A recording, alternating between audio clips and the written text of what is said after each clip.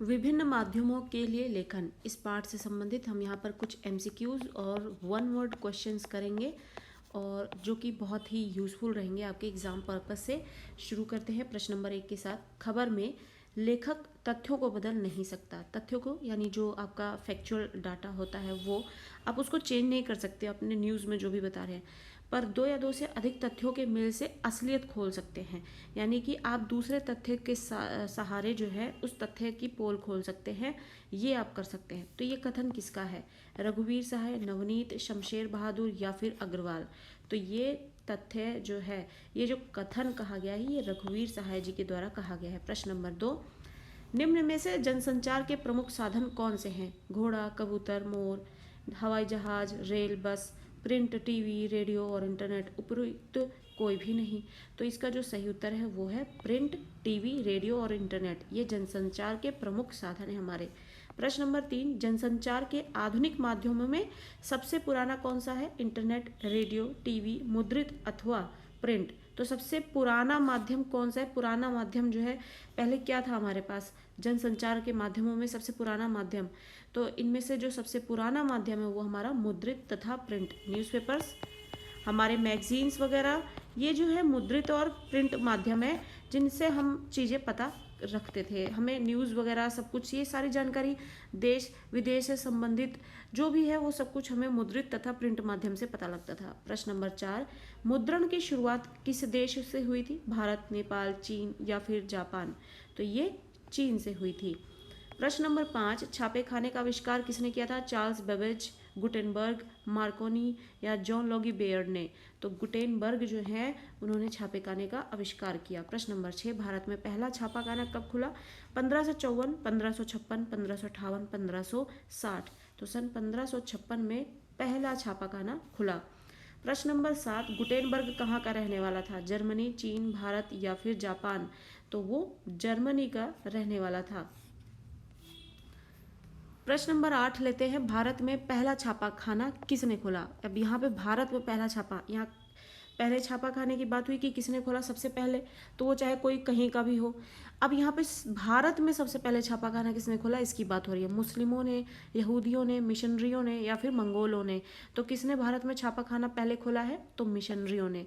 प्रश्न नंबर 9, भारत का प्रथम छापाखाना कहाँ खोला गया? अभी किसने खोला, अब यहाँ पर कहाँ खोला गया ये पूछा जा रहा है। दिल्ली, गोवा, मुंबई या फिर कश्मीर।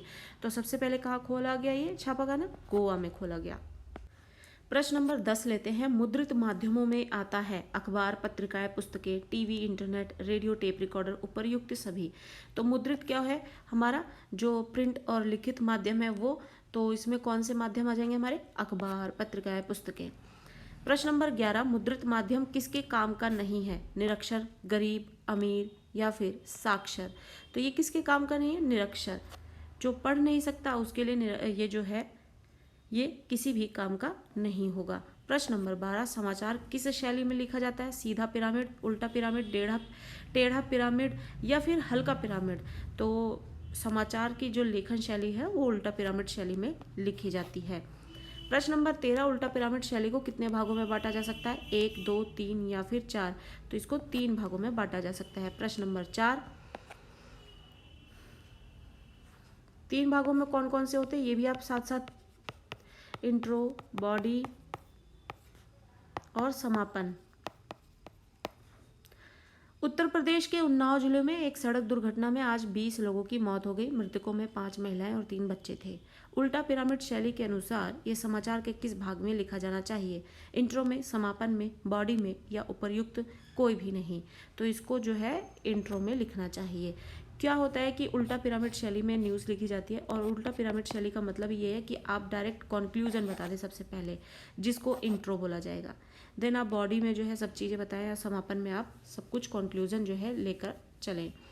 प्रश्न नंबर 15, रेडियो प्रसारण के लिए तैयार की जा रही समाचार कॉपी के लिए किस बात का ध्यान रखना चाहिए? रेडियो प्रसारण है, अब उसके लिए जो समाचार तैयार किया जा रहा है उसके लिए कौन सी बातें ध्यान में रखनी चाहिए? कॉपी के दोनों ओर पर्याप्त मात्रा में हाशिया छोड़ा हो। एक पंक्ति में अधिकतम 12 से 13 शब्द होने चाहिए। कॉपी कंप्यूटर पर ट्रिपल स्पेस में टाइप होनी चाहिए या फिर उपर्युक्त सभी। तो ये सभी चीज़ें जो है रेडियो के टेलीकास्ट के लिए जो है बहुत ज़रूरी है। प्रश्न नंबर 16, इंटरनेट पत्रकारिता को कहा जाता है ऑनलाइन पत्रकारिता, साइबर पत्रकारिता, वेब पत्रकारिता या फिर उपर्युक्त सभी। तो इनको इंटरनेट पत्रकारिता को ये सभी नामों से पुकारा जाता है। प्रश्न नंबर 17, इस समय विश्व स्तर पर इंटरनेट पत्रकारिता का कौन सा दौर चल रहा है? पहला, दूसरा, तीसरा या फिर चौथा? तो ये तीसरा दौर चल रहा है। प्रश्न नंबर 18, विश्व इंटरनेट पत्रकारिता का पहला दौर कब से शुरू हुआ, कब से कब तक था? 1982 से 1992, 1993 से 2001, 1983 से 2003 या उपर्युक्त में से कोई भी नहीं। तो इसका जो सही उत्तर है वो है 1982 से 1992 तक। प्रश्न नंबर 19 लेते हैं, भारत में इंटरनेट पत्रकारिता का दूसरा दौर कब से माना जाता है? अब दूसरे दौर की बात की जा रही है, सन 2001 से, 2002 से, 2003 से या फिर 2004 से? तो ये 2003 से है। प्रश्न नंबर 20, निम्न में से कौन सा अखबार प्रिंट रूप में ना होकर सिर्फ इंटरनेट पर ही उपलब्ध है? नवभारत टाइम्स, भास्कर, प्रभात खबर या प्रभा साक्षी? तो ये कौन सा सिर्फ इंटरनेट पे ही मौजूद है? वो है प्रभा साक्षी।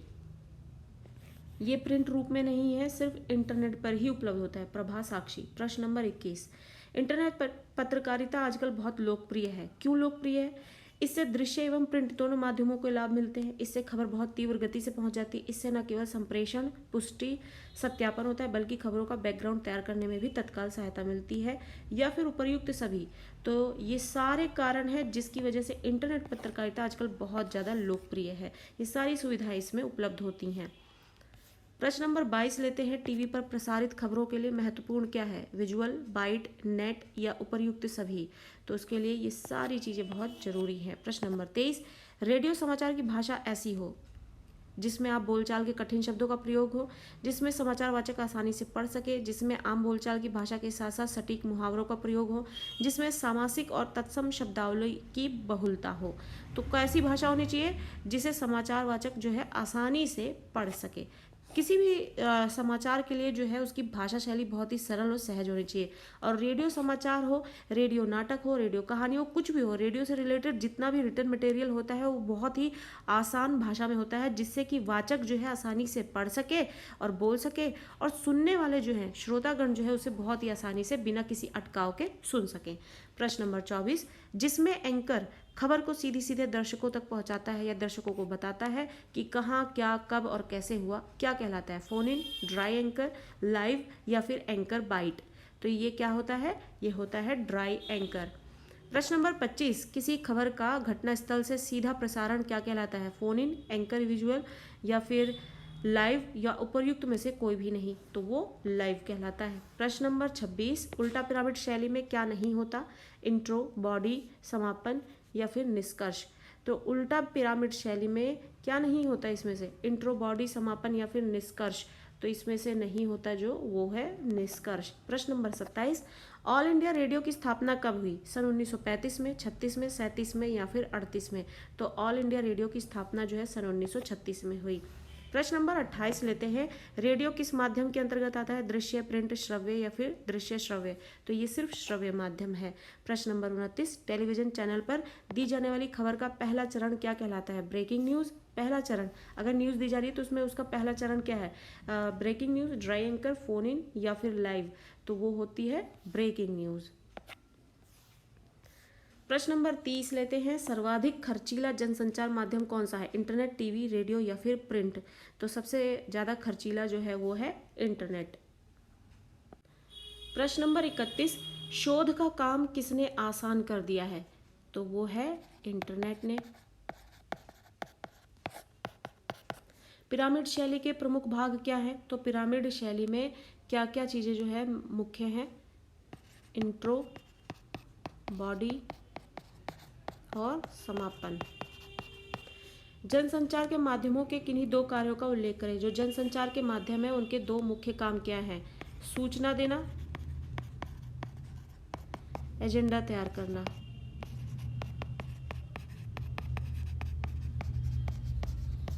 प्रश्न नंबर 34, हिंदी में नेट पत्रकारिता की शुरुआत किस पोर्टल से मानी जाती है? तो नेट पत्रकारिता की जो शुरुआत है वो मानी जाती है वेब पोर्टल से। प्रश्न नंबर 35, टेलीविजन किस प्रकार का माध्यम है? तो टेलीविजन जो है वो दृश्य और श्रव्य दोनों माध्यम है।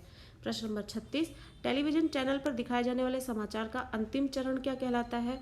तो अंतिम चरण कहलाता है एंकर पैकेज। प्रश्न नंबर 37, विश्व इंटरनेट पत्रकारिता का दूसरा दौर कब तक रहा? विश्व, यहाँ पर अब ध्यान देने वाली बात है, विश्व इंटरनेट पत्रकारिता, ये भारत की नहीं, विश्व के इंटरनेट पत्रकारिता का जो दूसरा दौर है वो कब तक रहा है ये बताना है। तो सन 1993 से 2001 तक। प्रश्न नंबर 38, विश्व इंटरनेट पत्रकारिता का तीसरा दौर और विश्व के आधार पर कब से कब तक माना जाता है? तो माना जाता है 2002 से अब तक।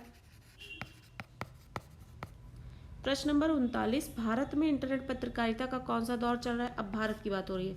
यहाँ पर इंटरनेट पत्रकारिता का कौन सा दौर चल रहा है? तो यहाँ पर चल रहा है दूसरा। प्रश्न नंबर 40, भारत में इंटरनेट पत्रकारिता का पहला दौर कब से माना जाता है? तो भारत में इंटरनेट पत्रकारिता का पहला दौर कब से माना जाता है? सन 1993 से। एंकर विजुअल किसे कहते हैं? तो एंकर विजुअल जो क्या होता है, जब घटना के दृश्य के आधार पर खबर लिखी जाती है, घटना के दृश्य के आधार पर खबर लिखना। प्रश्न नंबर 42, फोन इन किसे कहते हैं? तो फोन इन, जब एंकर फोन पर बात करके सूचनाएं दर्शकों तक पहुंचाता है। फोन पर बात करके सूचना दर्शकों तक पहुंचाना। प्रश्न नंबर 43, रिक्त स्थान भरने हमें। पहला है, जनसंचार के विभिन्न माध्यमों के बीच फर्क चाहे जितना भी हो, लेकिन वे आपस में प्रतिद्वंदी यानी कॉम्पिटिटर जो है वो नहीं होते, बल्कि एक दूसरे के क्या होते हैं? पूरक और सहयोगी होते हैं। पूरक और सहयोगी होते हैं। एक बटन दबाइए और सूचनाओं के अथाह डैश में पहुंच जाइए, अथाह सागर में। प्रश्न नंबर, अगला ऑप्शन यहाँ पे अगला खालिस्तान है, इन सभी जनसंचार के माध्यमों का लगातार विस्तार और विकास हो रहा है। रेडियो मूलतः क्या है? एक रेखीय।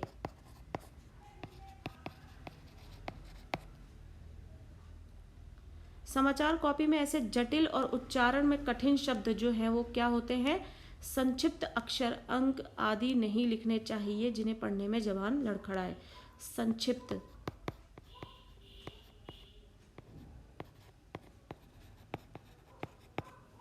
यानी कहने का अर्थ है कि समाचार की जो कॉपीज है उसमें जो है कठिन शब्दों का इस्तेमाल नहीं कर सकते जिससे कि पढ़ने में जीभ लड़खड़ाए या जबान लड़खड़ाए और इस तरीके से बातों में अटकाव आता है। अगला है, टीवी के लिए खबर लिखने की जो बुनियादी शर्त है वो क्या है? टीवी के लिए लिखने के लिए जो बुनियादी शर्त है वो बुनियादी शर्त दृश्य के साथ लेखन है। यानी उसके लिए जो भी कंटेंट लिखा जाता है उसके दृश्य को ध्यान में रखते हुए लिखा जाता है। प्रयोगशीलता डैश को भी समृद्ध करती है। किसको? भाषा को समृद्ध करती है। हिंदी की वेब पत्रकारिता अभी अपने शैशव काल में है, यानी उसका शुरुआती दौर है। वेबसाइट पर विशुद्ध पत्रकारिता शुरू करने का जो श्रेय है वो किसे जाता है? tehelka.com। तो इस तरीके से आप देखेंगे यहाँ पर हमने बहुत सारे क्वेश्चंस किए हैं आपके इस चैप्टर से रिलेटेड, जो कि ऑलमोस्ट आपको बहुत कुछ कवर कर रहा है आपके चैप्टर से रिलेटेड। और इस तरीके से और भी इम्पॉर्टेंट वीडियोस, इम्पॉर्टेंट क्वेश्चंस की वीडियोस जो हैं आपको long questions, MCQ, one word, line to line explanation, सब कुछ इसी चैनल पर आपको मौजूद मिलेगा। आप प्लेलिस्ट चेक करें और प्लेलिस्ट में आपको सारी वीडियोस अवेलेबल हैं और आप किसी भी चैप्टर की तैयारी जो है उसको, उसकी प्रिपरेशन जो है बहुत ही आसानी से एक ही जगह पर सारी वीडियोस देखकर कर सकते हैं। और इसी तरीके की वीडियोस को टाइमली अपडेट रहने के लिए, पाने के लिए जो है इस चैनल को सब्सक्राइब करें, जिससे कि आप टाइमली अपडेट रहे कि कौन सी वीडियो आई है आपके काम की और आपकी क्लास की, आपके सिलेबस से रिलेटेड, और उसको आप तुरंत ही कवर करें जिससे कि आप अपने टाइम को यूटिलाइज कर पाएंगे। चाहिए। और वीडियो अच्छी लग रही हो तो इसे ज़रूर के ज़रूर ऐसे शेयर करते रहें और लाइक करना ना भूलें। चैनल को सब्सक्राइब जरूर करें।